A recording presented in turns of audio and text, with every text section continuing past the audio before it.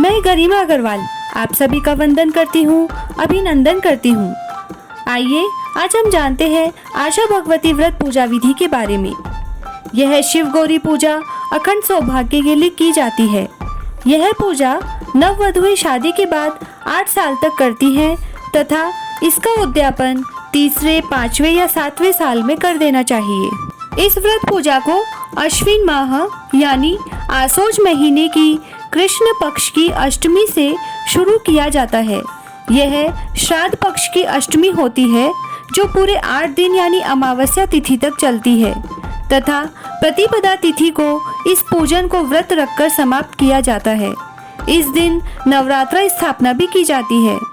इस व्रत की पूजा कैसे की जाए यह हम आपको आज की वीडियो में बता रहे हैं।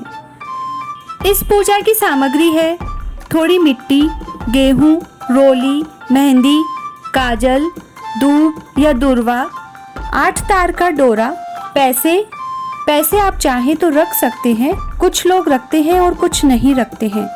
कुछ लोग इस पूजा में दीपक भी जलाते हैं। यह हमने मिट्टी के गणेश जी बनाए हैं। सभी व्रत पूजा में हम इसे गणेश स्वरूप मानकर विराजमान करते हैं। आप चाहे तो यह सुपारी पर मोली लपेटकर भी बना सकते हैं।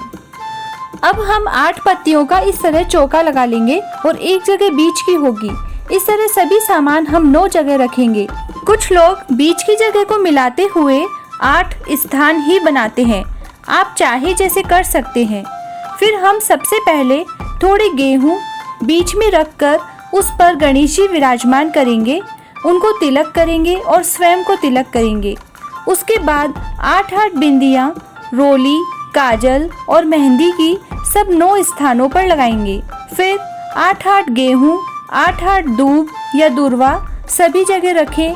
सब पर पैसे रखें। पैसे किसी के यहाँ रखे जाते हैं और किसी के यहाँ नहीं रखे जाते, तो आप चाहे जैसा कर सकते हैं।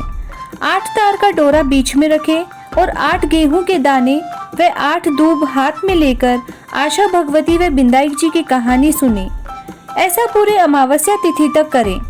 फिर 90वें दिन प्रतिपदा को कहानी ऐसे ही सुने, लेकिन उस दिन व्रत रखें। इस व्रत में खाने के लिए 4 फीकी व 4 मीठी सुआली बनाई जाती है, जिन्हें फलिये कहा जाता है।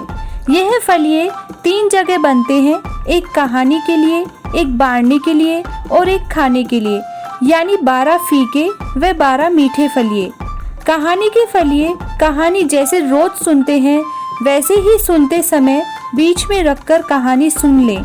बायने के फलिये बायना निकालकर सासू जी या नंद को पगा लाकर दे देवें और 8 फलिये आप खुद खाएं।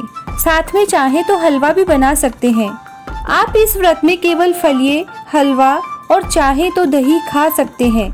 आपके हिस्से के फलिये आपको ही खाने होते हैं और कुछ नहीं खा सकते हैं। इसीलिए आप जैसे खा सके उतने ही साइज के फलिये बना लें। यदि ना खा पाए तो अगले दिन खा लें। इस तरह यह 9 दिन की पूजा 8 साल तक की जाती है।